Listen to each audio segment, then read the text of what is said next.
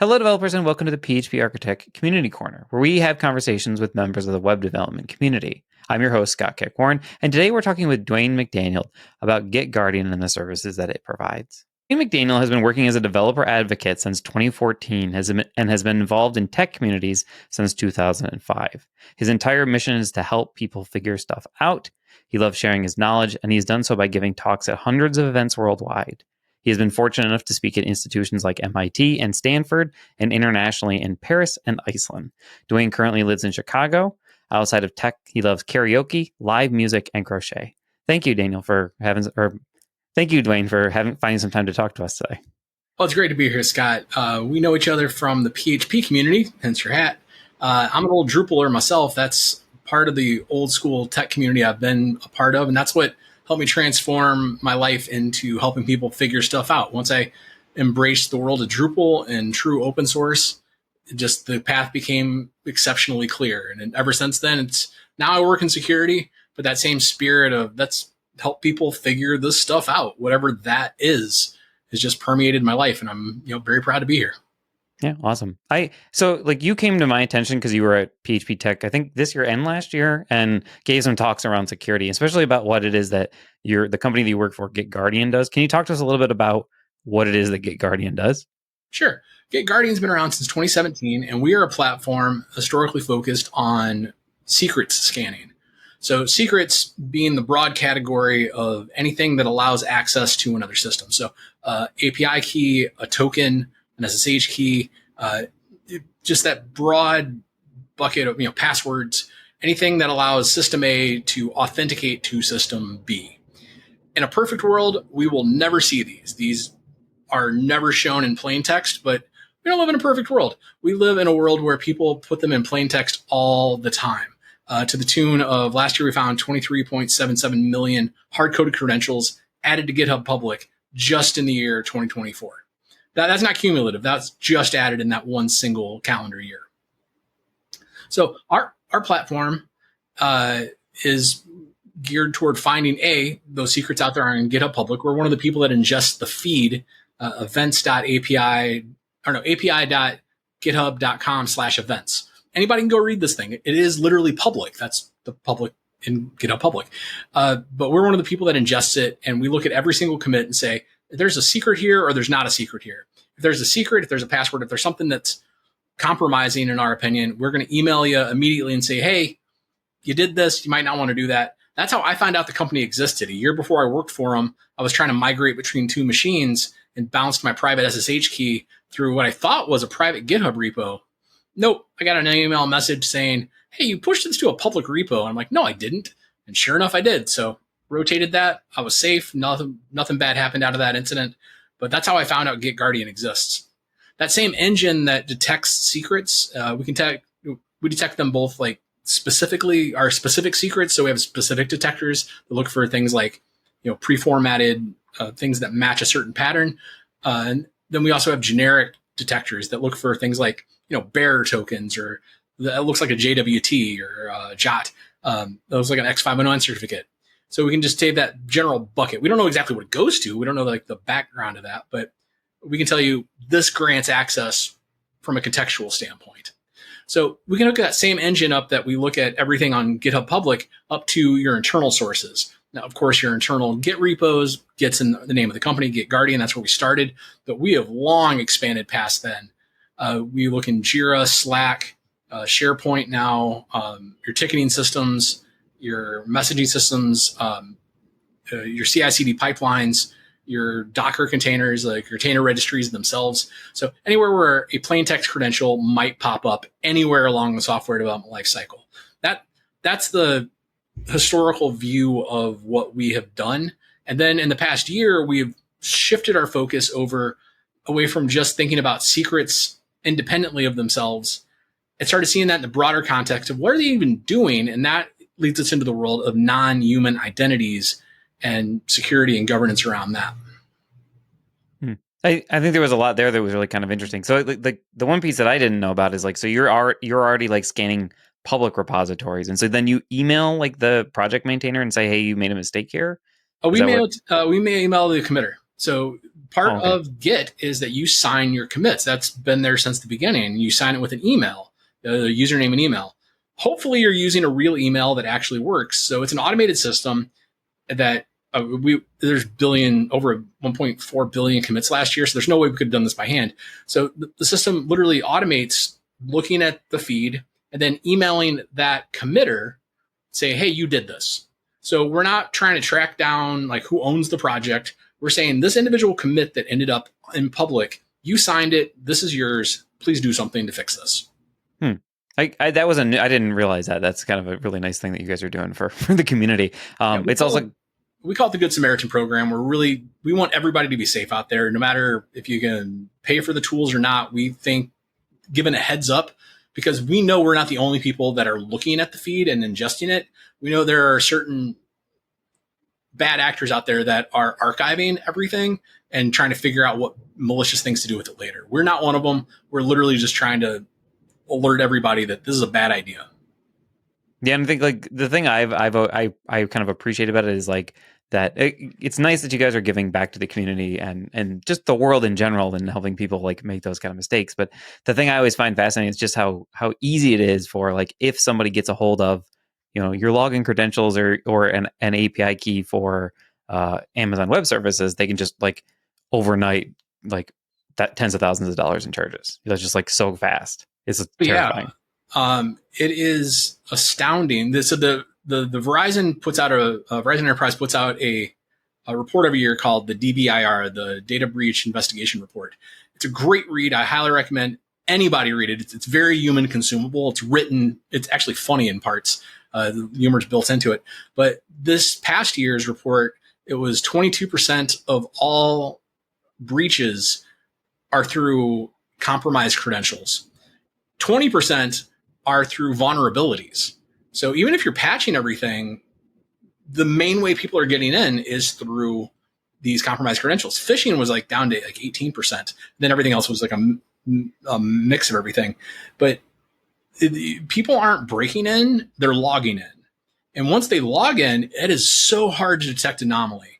I actually had a conversation earlier today with someone and they're like, well, how fast could you tell if someone misused a credential? I'm like, that's a great question. How fine-tuned is your detection engine to say this goes against how we set up the system to run? If you're all of a sudden looking up all database tables, how fast is your system detecting that? Are you parsing logs days or weeks after the fact? If you're pushing, if you're exfiltrating data through your DNS, through text message, like how are you set up to detect that? Like that's a pretty common way to exfiltrate data these days is to abuse DNS. So have you tuned the rest of your rules? But once you're in, it takes a while to figure out that someone's done something wrong. It's again not someone breaking in, which is pretty obvious. Like they're knocking a hole in our firewall. They've gone through this exploit that triggered a bunch of alarms. No, it's like they've just logged into the system, probably have admin access, knowing most API keys we see, and have done malicious stuff. And how fast can you tell when an admin did something off script? Well, that's going to depend on how far you tuned. Right. Yeah, and it's always terrifying as well because like even if like you have like a good IDS system, they might be just doing it very slowly. You know, like because I know that I've seen reports at least that some of these like bad actors will get in and they'll just kind of slowly work their way around so they're not detected over like a couple months because you know people don't usually rotate all of their passwords the way that they should or whatever. Yeah, the average time for rotation, according to Verizon's numbers, was 97 days. We put out this report every year called the State of Secret Sprawl Report. You can freely look this up. Hopefully we'll throw in the show notes because you don't need to log in or give us your email. We just want everyone to read this report. You can download it through Tor. We don't really care. But one of the terrifying things, in my opinion, is we try to validate all the credentials we find. So if we can do a non-intrusive call to say, does this key work? So we went back and looked at the same secrets we found in 2022 over that year and picked out a random like 11,000 that had been proven valid. We went and tested those in January. 70% of those same credentials came back as still valid in January 2025. So this isn't they didn't know. We sent them the emails. We reached out to these companies and I'm saying like it's on us. Like we're really like working hard here to make sure they do this. But credential rotation is a really massive, hard problem at scale, especially in legacy systems. Someone set up an API, they hand rolled all the authentication. It's time to go rotate that credential. How do you set the permissions on that? Mm-hmm. Hopefully you wrote it down. Hopefully that developer's still at the company. Hopefully someone remembers. But the likelihood of being breached is a risk. It is a probability that it's going to happen. The reality that you break your entire DevOps workflow and break your application because you set the permissions way too narrow, that risk is more terrifying to the business than maybe someone's going to find this key and maybe get in and maybe do something bad. And once you start compiling the maybes and the risk assessment, then yeah, you're not going to break the system versus we're going to do this the right way from a secure perspective. Ultimately, we're going to get away from, and this is my great hope, we're going to get away from long-lived credentials all over the place. So I hope for a day in the not too distant future where if I find an API key, I'm just going to assume it's bad. And if I go to try it and it works, that's going to be a shocking day because it should have expired right after the workload request was finished. And the fact that it's in public in plain text is meaningless at that point. We're not there yet. We have a long way to go, trust me. But I think it's not that far out in the future if we all work together and start putting our minds toward how do we properly authenticate entities, especially workload entities, inside of these massive systems. Yeah, especially since like there's all this like talk about AI agents and stuff like that, and those are all, you know, acting on your behalf essentially, and hopefully those things are all secured as well. So hope is not a strategy. Yeah. The reality of AI is it's just another new tech. And yeah, it's cool that it's a probability engine that's guessing the next word and guessing the next action and able to do some pretty magical looking stuff when you see it. And if it's non-mission critical, if it's non-critical information, it's kind of the same way I used to look at Wikipedia. If it's non-critical information, like where was a certain actor born? Like what's the most common ingredients in bread from countries around the world? Wikipedia is amazing for that. If I want to know like very specific scientific knowledge that actually matters for my health, I'm not going to go to Wikipedia. Like I'm going to go John Hopkins and then go talk to a doctor or some other like more profound source. And I think if we treat AI the same way that, hey, this is a neat magic trick that can condense down my 5 sloppy paragraphs into 2 coherent ones, that's a great use for it. It's this agentic AI. It's these systems of agents that are interdependent and working together. We are seeing so many secret leaks out of these because there's so many points. And this goes back to the non-human identity piece that I didn't really dig into, but all of these systems need to authenticate together. So what's the easiest way to do that? Well, you just plain text hard code the credential somewhere in the system. Except if you do that, you can easily ask AI to spit those out. And that's a concern. A larger concern is the fact that we cannot tune these agentic systems. There's no way to get in and fine tune the internals. What we can do is log what we put in and log what comes out, and then try again to refine the prompt.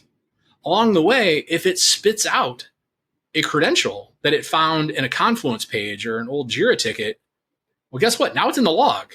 Is that log in a proper S3 bucket that's properly secured? Do you know where it goes? Or is it going to a third party? There's all these questions around it. And that's one of the larger concerns around RAG, retrieval augmented generation, and AI in these systems is they produce so much content, so much data that unless you're properly sanitizing, and we all should be in the habit of sanitizing our logs anyway, but it's at a scale and at a pace that I have never seen before in my career. Yeah, for sure. I find it like both fascinating and terrifying at the same time. Like it's fun to see like what it can build, but it's also terrifying at how fast. Like there was just that news story about that person who like had something that was doing something and just dropped its production database, and like nobody, yeah. And yeah. And it's just terrifying, like how trusting people are of the AIs. Like I know, like my boss was like, he's like, well, it'd be really great if I could just give an AI my financial information and it could just do all my bills and all my credit. And I was like, that sounds like a terrible idea. It just sounds so terrible to just trust like this entity with your access to your accounts. Somebody said it really well when it comes to that. Is like, I would never trust my calculator to do my taxes, but at this point, I'd be kind of crazy not to do my taxes without using a calculator. Mm-hmm. And the same thing, like I can ask for, hey, here's a scenario where I have this much money and the tax rules say this. What do you think I should do? And general advice like that, great. It's a good starting point to go talk to a CPA. It's like, here's what I think's going on. Can you clarify? And maybe get it right. Again, these are probability engines. I talk about this a lot when I talk about AI with people. And like, these aren't deterministic systems. Like if I write a little bit of code that says spit out hello world, it's going to do that every time I run it forever. No matter if I did that in BASIC or R or Rust or whatever, it's going to do that. It's a deterministic system. A probabilistic system says, I'm going to guess the next word. And depending on how I wrote it, I might end up with hello world. And I think 99% of the time I will. But for mission critical stuff, for like financial, actually my data and my identity online, no, I don't trust that at all. Personally. Like that's way too mission critical to trust a probability engine. Yeah, absolutely. It's kind of terrifying that people are willing to do all that. So for this like secret detection piece that you guys have, like what is the size of the kind of the organization that you are targeting on that? Is it targeted towards enterprise level people, or can we do it as a small or medium business? Is that also something that we have access to? One of my favorite things about working here is that we have a free tier for scanning your code. And that is if you're 25 developers or less, 25 people or less touch your code in your system, or you're an individual developer or a student. Basically, if you're not have more than 25 people touching your code base, the scan your code piece and the CLI are free. We have a really powerful command line interface. We call it GG Shield, and it can scan. You can do pre-commit scans. So we actually have a VS Code plugin as well. So upon save, it can tell you, hey, you hard-coded a secret, even before you did a commit. And then we have a pre-commit hook that says, it will stop the commit from happening and say, hey, you put a secret here. You want to fix that before you make the commit. If you can fix it before the commit happens, that is the cleanest, safest, best way to deal with it early in the process. And that tool is always going to be free for individual developers. And then our actual platform, we are dealing with very large enterprises. We're dealing with some of the biggest companies in the world, and it's tuned for that use case. So that we have the free tier that you are getting all the benefits of what we have done tuning for Fortune 500s. But honestly, our platform is geared toward the enterprise. The bigger you are, the more value you're going to get out of it. The more code bases you have, the more Jira instances, the more Slack instances, the more Teams instances, the more value you're going to derive from us. Because to be honest with like the thing that always terrifies me the most is like secret sharing within Slack, right? Like that, it's just so easy to be like, well, here's the login information, and then, it's on Slack's servers now. So we'll be back after this word from our sponsors. Now, I don't need to tell you that production monitoring can be complicated. There are tons of tools and techniques, but you just want to know that your app is up and your users are happy. When your customers encounter a problem, you need clear, actionable intelligence, not walls of charts and reams of logs. That's why they built Honeybadger, the monitoring tool you've always wanted. A tool that's there when you need it and gets out of your way when you don't.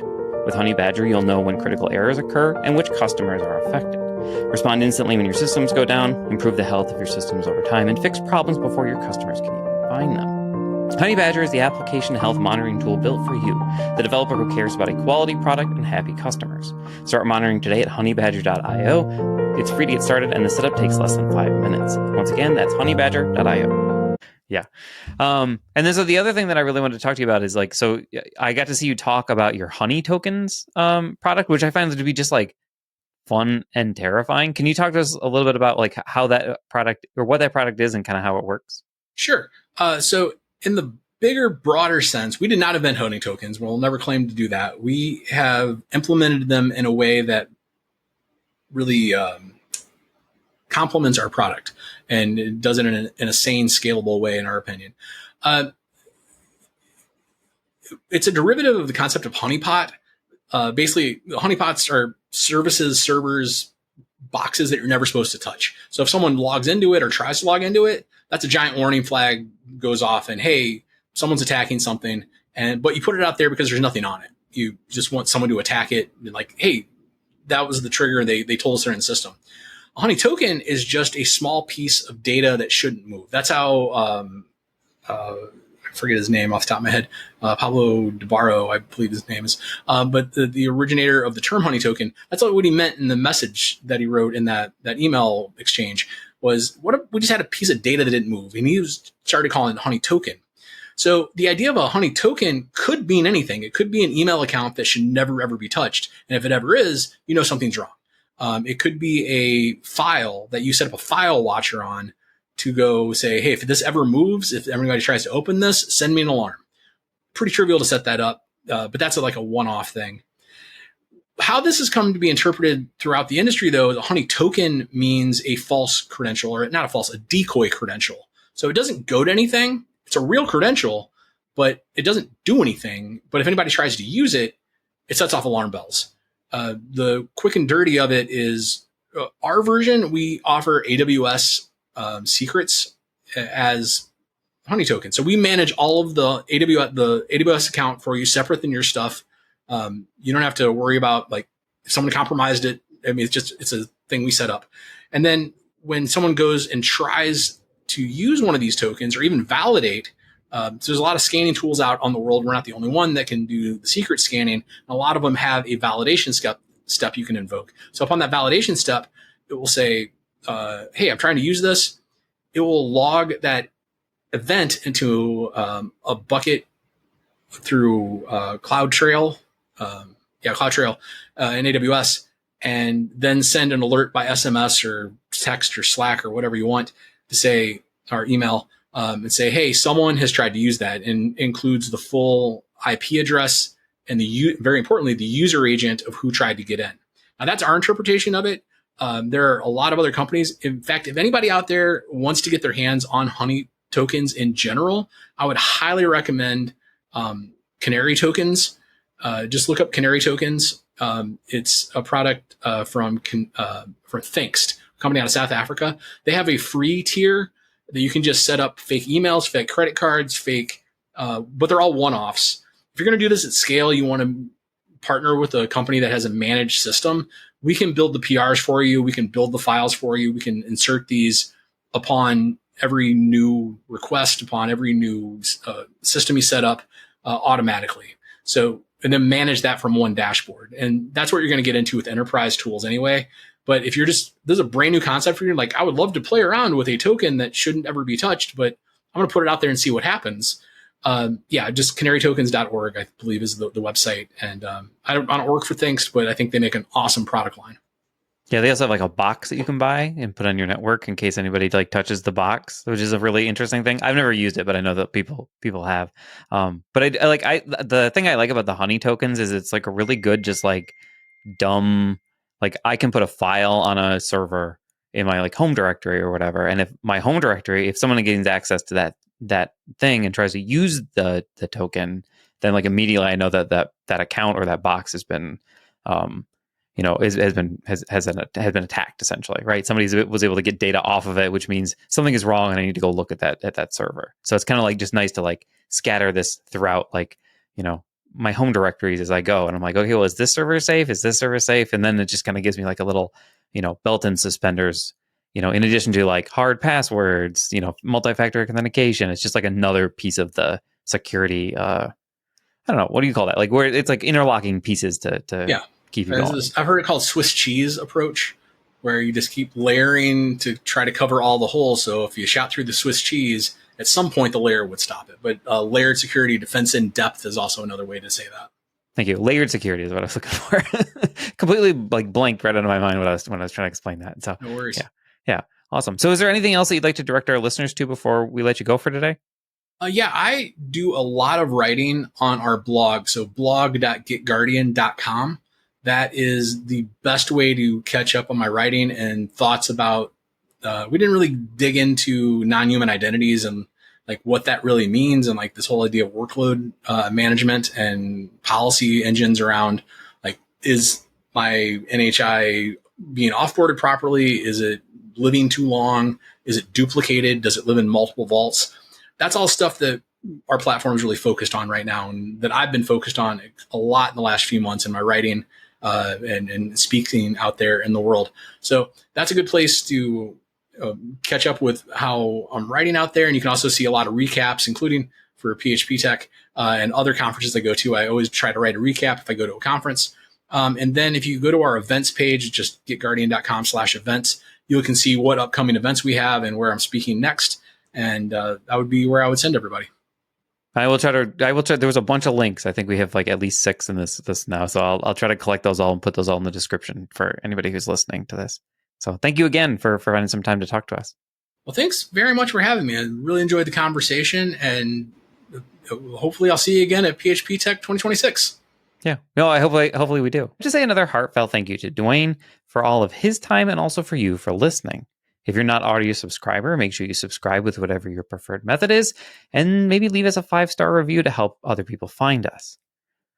This podcast is available both in an audio version on the PHP Architect website, as well as a video version on our YouTube channel.